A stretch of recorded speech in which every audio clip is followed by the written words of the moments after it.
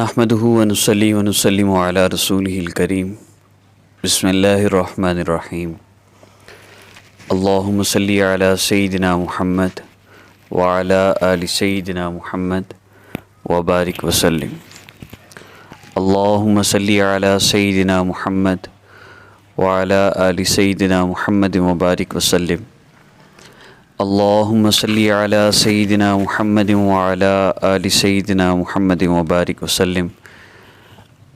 اللہ رب العزت اس کائنات کے خالق ہیں۔ اللہ پاک نے اس کائنات کو تخلیق فرمایا اور اس کے ہر ذرے پر اللہ رب العزت قدرت رکھتے ہیں۔ اللہ رب العزت عزت ذلت کے مالک ہیں، زندگی موت کے مالک ہیں، صحت بیماری کے مالک ہیں، نفع نقصان کے مالک ہیں۔ ہر چیز اللہ رب العزت کے قبضہ قدرت میں ہے۔ ایک ذرے سے لے کر صحراؤں تک، ایک پتھر سے لے کر پہاڑوں تک، ایک قطرے سے لے کر دریاؤں اور سمندروں تک، ہر چیز کو چلانے والی ذات اللہ رب العزت کی ذات ہے اور بنانے والی ذات اللہ رب العزت کی ذات ہے۔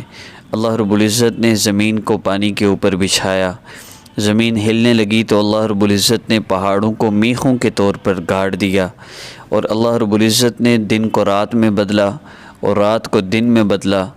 اور اللہ رب العزت فرما رہے ہیں، جتنی بھی احادیث مبارکہ اور آیات قرآنیہ کو نقل کیا جائے گا، مفہوم عرض کروں گا۔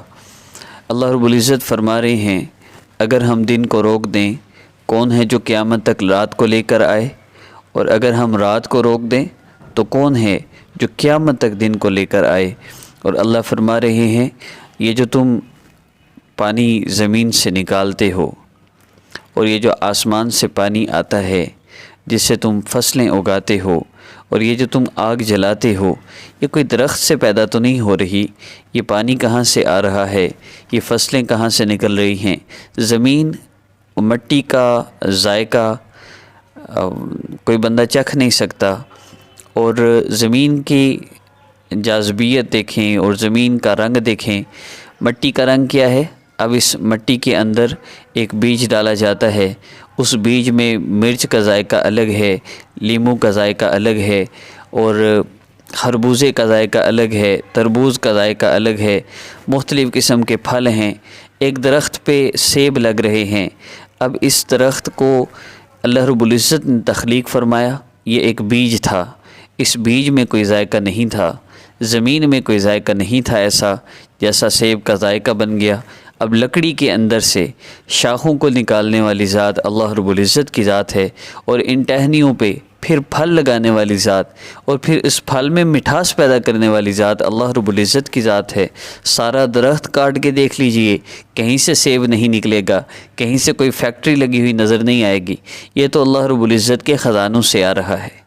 آج ہمارے دل میں یہ یقین اتر جائے کہ جو اللہ بنجر زمین کو سیراب کر سکتے ہیں، اور ایک درخت سے، ایک لکڑی سے اللہ رب العزت سیب کو پیدا کر سکتے ہیں، آم اور کیلے کو پیدا کر سکتے ہیں، وہی اللہ میری پریشانیوں کو بھی دور کر سکتے ہیں، مجھے تکلیفوں سے نجات دے سکتے ہیں، مجھے مصیبتوں سے نکال سکتے ہیں۔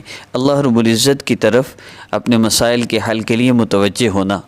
آج عمومی طور پہ فضا یہ ہے، کوئی مشکل آ جائے، پریشانی آ جائے، ایک اللہ والے فرمانے لگے، پریشانی آئے اور تمہارا سب سے پہلے دھیان جس طرف جائے وہی تمہارا رب ہے۔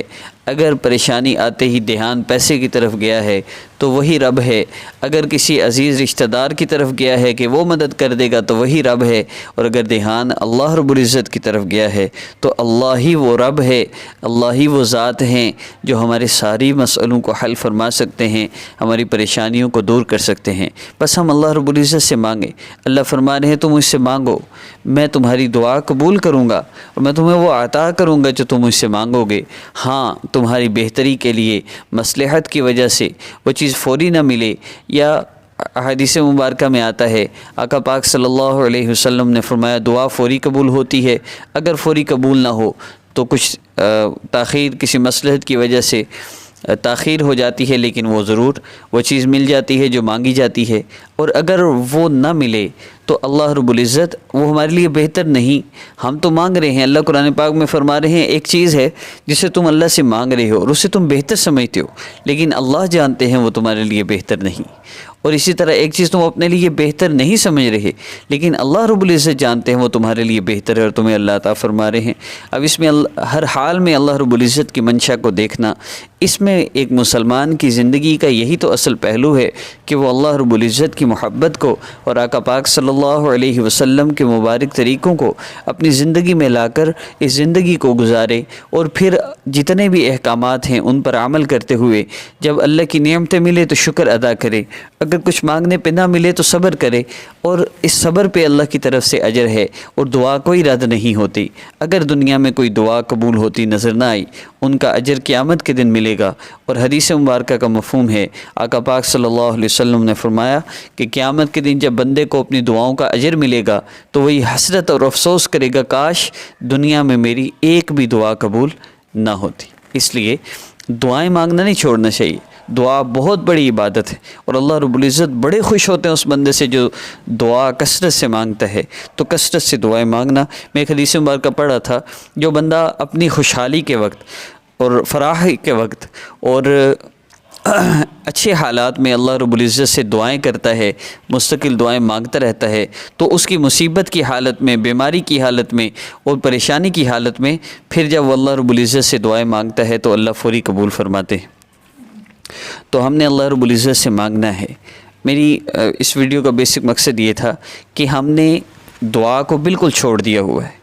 اگر ہم نے یہ عمل شروع نہ کیا، صرف وظیفے کرتے رہے، تو یاد رکھیے گا کہ وظائف کا تعلق صرف ایک میڈیسن کی طرح ہے. جس طرح میڈیسن کھانے سے آرام آئے نہ آئے اللہ کی مرضی ہے، اللہ اس میڈیسن میں شفا پیدا فرما دے، لیکن صحت اللہ نے دینی ہے. اسی طرح وظیفہ ایک میڈیسن ہے. میڈیسن استعمال کرتے ہیں آپ، اگر اللہ رب العزت نے مسئلہ حل ہونا نہیں لکھا تو ساری زندگی وظیفے کر لیں، آپ کا مسئلہ حل نہیں ہوگا. کتنے لوگ ہیں سالوں سے وظیفے کر رہے اور آخرکار قبروں میں چلے گئے. اس لیے میری یہ گزارش ہے کہ دعا کو اپنائیں. کم از کم 15 سے 20 منٹ، یا آخری حد یہ ہے کہ کم از کم 10 منٹ ہر نماز کے بعد دعا ضرور کیجیے. اور اللہ کی قسم یہ دنیا اور آخرت کی بلائیوں کے لیے بڑی کمال کی چیز ہے. اور یہ بھی دیکھا ہے، میں اپنا تجربہ بتا رہا ہوں کہ سالوں ہو گئے، 2 سال 3 سال مسلسل 15-20 دعائیں مانگ رہے ہیں. اب اس وقت نظر نہیں آ رہا جب مانگ رہے ہیں، لیکن کچھ عرصہ کے بعد جب مسلسل دعائیں مانگتے رہے تو کسی دعا کا اثر 6 سال بعد، کسی دعا کا اثر 2 سال بعد، کسی دعا کا اثر 6 مہینے بعد نظر آیا.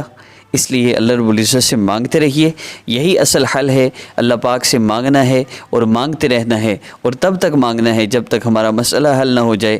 اللہ آپ کے در پہ آ گیا ہوں، آ گئی ہوں، میں نے جانا تب ہے جب آپ میرا مسئلہ حل فرما دیں گے.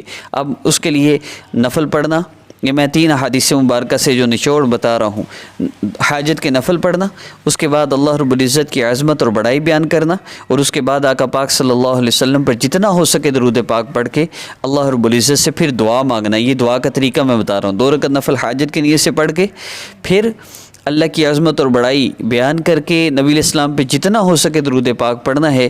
اور آقا پاک صلی اللہ علیہ وسلم نے فرمایا کہ پھر جو چاہو مانگ لو، تو مانگنا ہے اور آخر میں پھر درود پاک پڑھنا ہے. امید کرتا ہوں آپ کو آج کی ویڈیو بہت پسند آئی ہوگی. ویڈیو کو لائک کیجیے، چینل کو سبسکرائب کیجیے اور دعا کا ضرور اہتمام کیجیے. السلام علیکم ورحمۃ اللہ.